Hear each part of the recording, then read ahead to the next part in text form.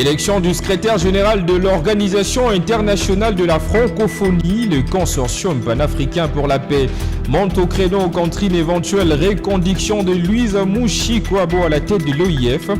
Pour ce mouvement, un troisième mandat de l'actuel secrétaire général violerait le principe de démocratie et d'alternance qui régissent l'institution francophone.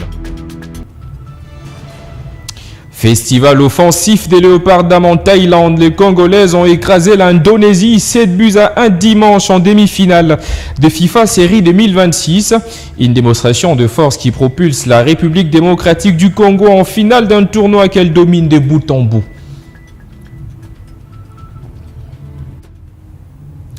À toutes et à tous, bonsoir et bienvenue dans ce journal sur SVTV. Une nouvelle phase des discussions pour mettre fin au conflit dans l'est de la République démocratique du Congo s'ouvre ce lundi 13 avril en Suisse après leur délocalisation depuis le Qatar. Prévu jusqu'au 17 avril, ces pourparlers réunissent notamment les États-Unis, la MONUSCO, l'Union africaine et la Conférence internationale sur la région des Grands Lacs. Les échanges portent sur l'accès humanitaire, la protection des civils, les désarmements des combattants et la réouverture de l'aéroport de Goma. Alors que les affrontements se poursuivent et que les divergences subsistent notamment sur l'échange de prisonniers. Le consortium panafricain pour la paix s'oppose à un éventuel troisième mandat de Louise Mushikiwabo à la tête de l'Organisation internationale de la francophonie. Lors d'un point de presse tenu le week-end dernier, le mouvement estime qu'un tel maintien irait à l'encontre de principes d'alternance, de transparence et de démocratie qui fondent l'institution. Suivez ces détails. C'est une opposition claire et sans équivoque. Le consortium panafricain pour la paix s'oppose à la candidature de Louise Mushikiwabo pour un troisième mandat à la tête de l'Organisation internationale de la francophonie. Le mouvement l'a fait savoir le week-end dernier au cours d'un point de presse, estimant que le maintien de l'actuel secrétaire général à ses postes constituerait une contradiction flagrante avec les valeurs fondamentales qui régissent l'institution, notamment l'alternance, la transparence et le respect de principes démocratiques. L'objectif de notre point de presse d'aujourd'hui était de donner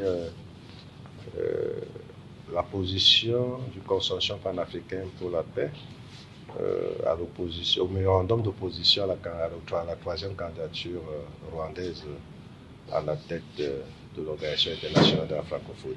Nous n'avons rien contre la personne de Madame la secrétaire sortante. Aujourd'hui, quand vous allez au Rwanda, on ne parle pas français, on parle anglais. Et comme je l'ai dit dans mes propos, vous ne verrez pas un francophone à la tête du Commonwealth. Nous ne comprenons pas pourquoi c'est ainsi. Et c'est pour ça que nous disons qu'il faut que ça s'arrête.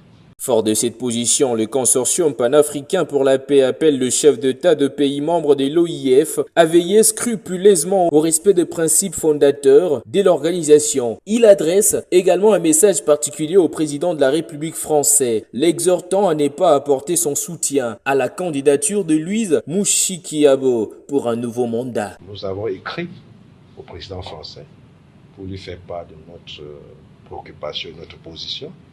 Et nous avons fait cette déclaration pour que les pays membres de l'OIF se revisent de cette candidature et donnent la chance à d'autres candidats d'obédience française pour diriger cette prestigieuse institution qui prône pour la paix, la non-violence, les droits de l'homme et les droits humains.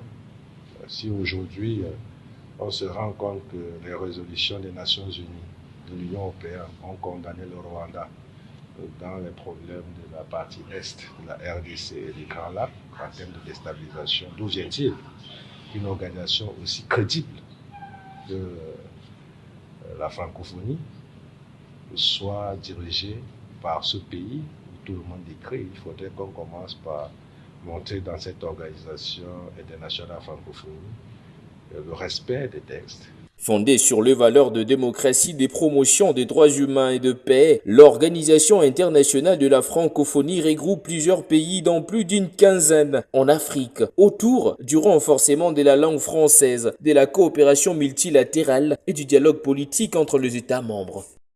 Une nouvelle tension politique se profile à l'Assemblée nationale. Une motion de défiance visant le vice-premier ministre en charge de l'intérieur, de la sécurité, Jacquemain Chabani, a été déposée ce lundi 13 avril par le député Ladi Yango Tikala, qui affirme avoir déjà réuni 56 signatures.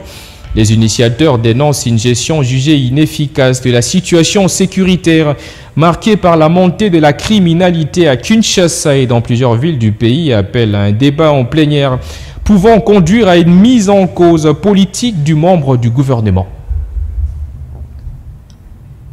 Je l'ai dit au sommaire, les léopards dames de la République démocratique du Congo ont malmené leur homologue de l'Indonésie 7-1 dimanche 12 avril en demi-finale de la FIFA Série 2026 disputée en Thaïlande.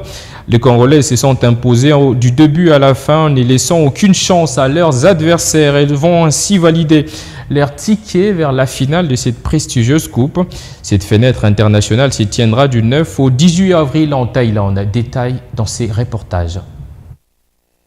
Les léopards dames de la République démocratique du Congo ont signé une victoire éclatante face à l'Indonésie, s'imposant avec autorité sur le score sans appel de 7-1 dans une rencontre dominée de bout en bout par les Congolaises après une entame pourtant difficile. Dès les premières minutes, les Indonésiennes surprennent la défense congolaise et ouvrent le score sur penalty, jetant un léger froid dans les camps congolais.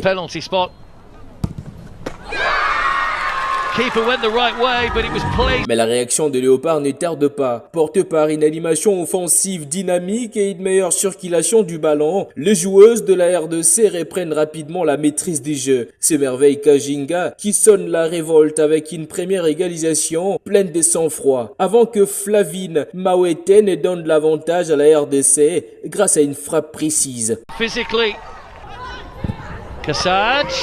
Oh, good finish.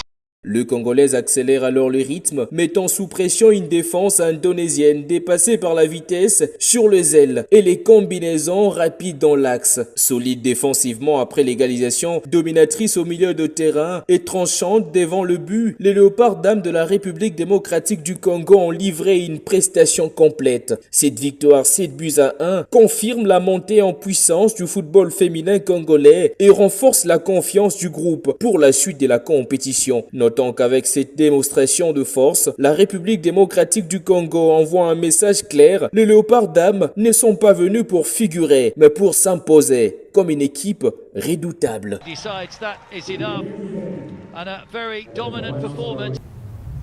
Inauguration officielle de la boutique de la FECOFA pour la vente de maillots officiels de léopard de la République démocratique du Congo et autres accessoires par la présidente du CONOR FECOFA Belinda Lutandila Nzuzi. La cérémonie s'est déroulée à la maison du football en présence du représentant de Robank, Antoine Kiala, des membres du CONOR, des différents invités et de personnel de la FECOFA. Ce journal est complètement terminé. À toutes et à tous, merci de l'attention soutenue et bonne suite des programmes sur Sacré Vision Média, Canal Pro.